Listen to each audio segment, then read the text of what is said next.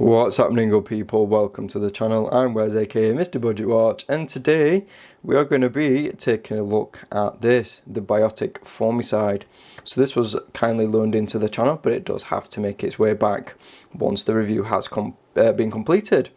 Information and link to see more details about this, because it's an upcoming Kickstarter project, will be in the description. So as always, we're gonna start with the dimensions and stuff, but actually there is one thing I would like to address before that, and that is the branding and name. Now, a lot of you guys in the comment section were a little bit torn on the branding and the name. And actually, if you do check out the the link, it actually explains a little bit more in detail about why the naming was chosen. So if you're interested to know why the name scheme is as it is, then you can take a look at that. So anyway, this watch, size wise, is 40mm diameter, which is a nice size. We have 46.3, including both those crowns, 11.6mm thick. The crowns are 6.6mm, standard 20mm lug width, and it's a very nice compact 46.7 lug to lug. So nice and wearable for loads of different wrist sizes. Sized up for me, it weighs 150 gram. We have dual screw down crowns, a sapphire crystal with AR at the front and sapphire round the back, 316L all over, and 200 meters of water resistance, which is really nice. We've also got a screw down case back with some unique artwork on it, which I will show you later on in the video. So as this is a prototype, some things are actually going to be changing, and I'll cover those as they pop up during the review. So kicking off with the bezel, and you can see it is like a very nice sandblasted, and it's got quite an unusual profile. You can see it sort of tapers wide and then like goes in a little bit and then back out again. And you can just see the crystal ever so slightly just protrudes a little bit above it. So moving in, you can actually see we have quite a fair bit going on around the perimeter. So the first ring you can actually see is a compass, and this is one of the first things that is going to change, and that is this. Now, because it's a prototype, they didn't get the markings perfectly right, but on the final production model, they will be exactly like you'd find on a traditional compass to the correct degree. So that's the first thing. Aesthetically, it's not going to be any different, apart from the markings are just going to be correct to how they should be. But I think it's really well done. It's nice and quite easy to read. How you use it is you actually use this secondary crown that pops out, and then you can see it is free to rotate in both directions, so it is a bi-directional compass. I think it's really cool. So you can see you use your 12 o'clock marker, and that tells you which way to go. I think it's really cool. A little bit different, you don't see that all too often, and I think it's well executed, and it works well. So moving in again, you can see we have a very nice sunken minute track. You can see there's sort of quite a nice amount of depth between the main ring and then the minute track below. It creates a lot of depth and I think some nice character to the dial. You can also see the printed train track, minute track, and these really nice shaped indices. So we have a large indice at the 12, at the 3 o'clock, and at the 9 o'clock. Little batons everywhere else. And then we have the date window down at the 6 o'clock, and I really like that. It keeps the symmetry really nice, and it's well done. It's got a little border, and it is colour matched. That is also another thing that is going to change. The date wheel will be loomed for the final production unit. So moving in again to that dial, you can actually see it's very unusual. It kind of reminds me of like a, I don't know if you've seen cars that have those dished alloys. It kind of reminds me of that. You can see it sort of goes small and then spreads out, but then slopes as well. It's really cool. And again, it just creates a really nice, interesting and unique looking dial, just because there's so many different levels to it, and it's really well executed. That is actually going to be remaining the same. So looking under the 12 o'clock, you can see we have Biotic printed, and then Formicide printed just above the date window. The dial is very nice, Lovely shade of green, strong sunburst, beautifully done. And you can just see it's like a dark green on the slope section, and it all works perfectly. I love the colour combination. I just think it's a fantastic looking dial and overall aesthetic. The handset is actually going to be changing a little bit as well. The minute hand will be ever so slightly shorter because at the minute it is a smidge too long. So that is something else that is going to change on the production model. The styling and everything else and the finishing, which is really good quality by the way, is staying the same, but it's So spinning round to the side, and we actually have a very unique profile.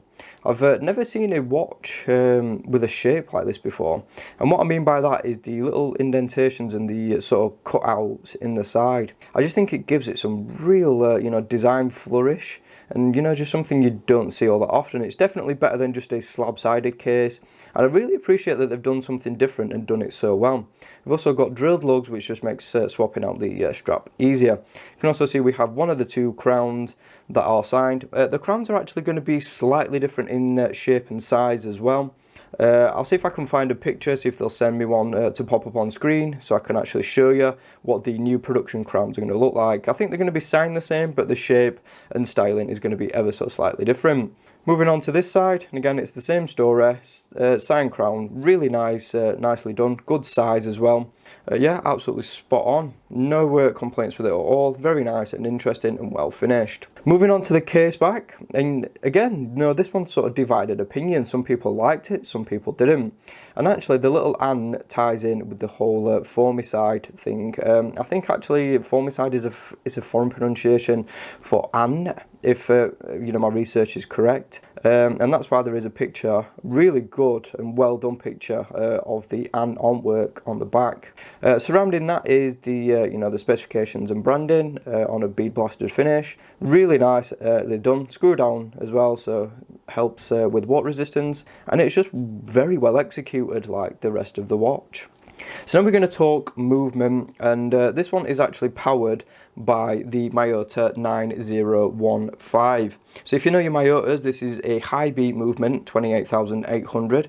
It has 24 joules, 42 hour reserve, hacking, hand winding, auto winding, and the accuracy is -10 to +30 seconds per day. So it's a very good quality movement, and it's so much better than the 8000 series. So let's just show you how it works. It's very simple and straightforward. You just manipulate these crowns, really good quality crowns as well by the way, really nice and easy to grip. Love the unique shape of them. So one pull out is actually your winding phase, so you can actually wind the movement. Second little pull out, you should actually be able to adjust your date. It should, you can just see it tick over there. So we've got quick set date. And then pop it out at final time, and then you can actually adjust your time. Really nice and smooth, no issues whatsoever.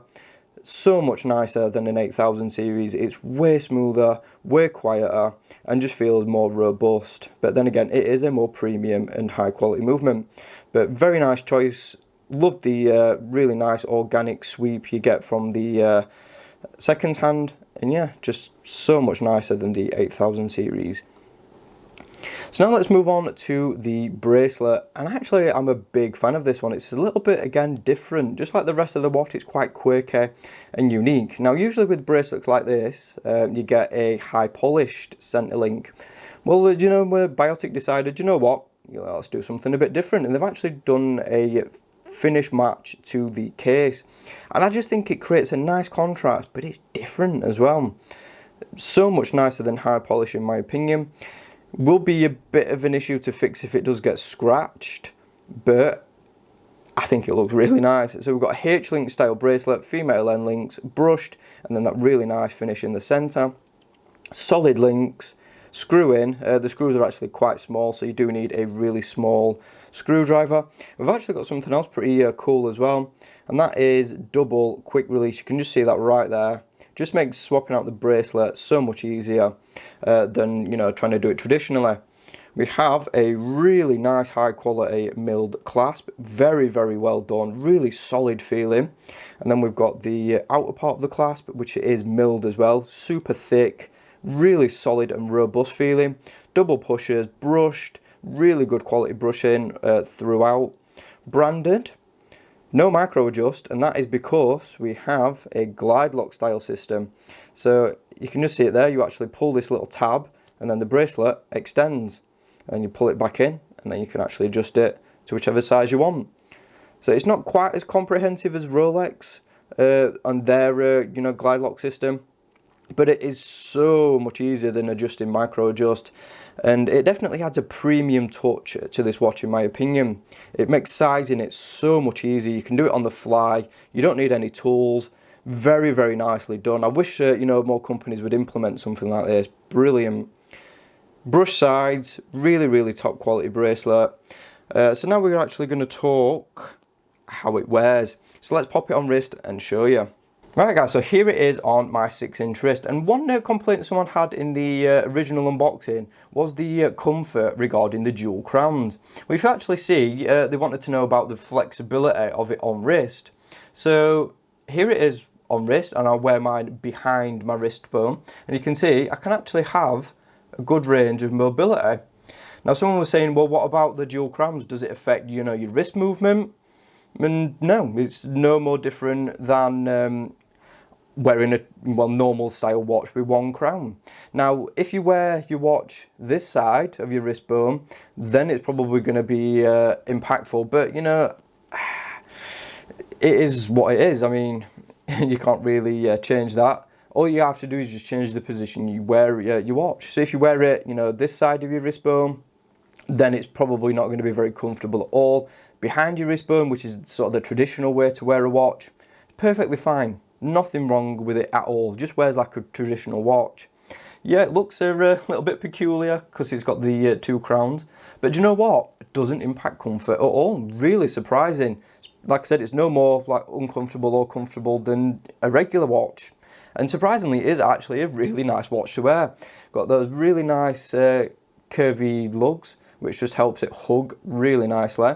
Fits my wrist perfectly as well, so you guys with same size wrist as me, no issues whatsoever. You can just see really nice profile. Love the bracelet as well, fantastic articulation, really flows nice. No gap under the clasp, and do you know what? The clasp, even though it's a chunky one, it doesn't really impact comfort either. Really shocked. I thought, do you know what? With the sheer size of it, I thought it was going to be not nice to wear. But do you know what? It's so well designed.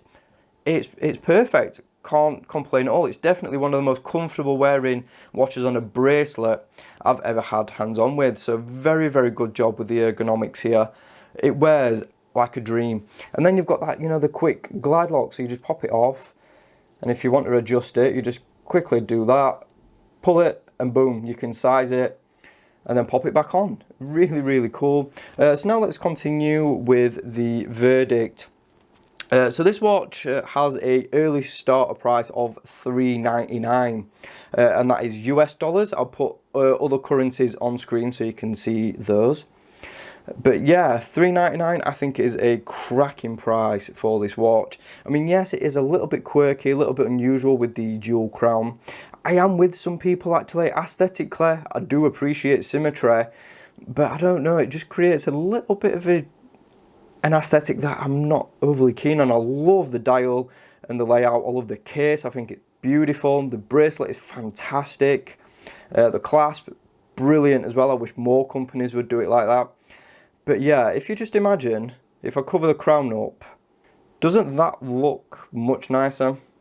I think it does. So if I had the crown, I think that looks much nicer. And if they did it like an Alp style, and maybe had one down at like the 4 o'clock, or even, up there to do it a little bit different, up at the 2 o'clock or something, or, I think that would, be better.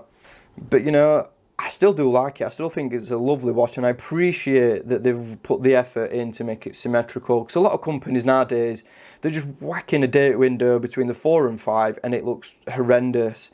6 o'clock, perfect. 3 o'clock, I can deal with as long as it sort of matches and fits with the aesthetic.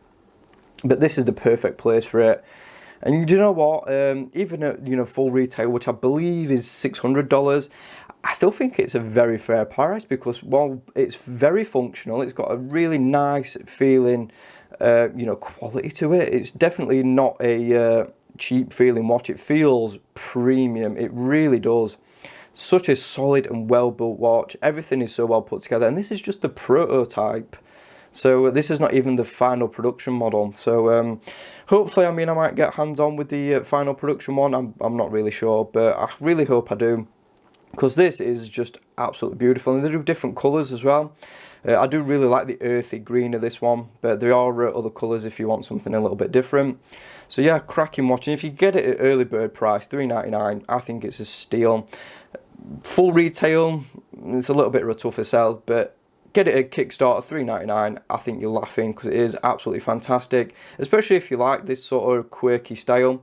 But yeah, I will admit, it does look a little bit better without that secondary crown there. Anyway guys, that is pretty much it for this one. Thank you for watching. See you soon. Thanks for watching the video. Be sure to subscribe if you haven't already. Like the video if you enjoyed it. Hit that notification bell so you don't miss any uploads. And of course, follow me on social media at Mr. Budget Watch. Thanks again. I'll see you soon.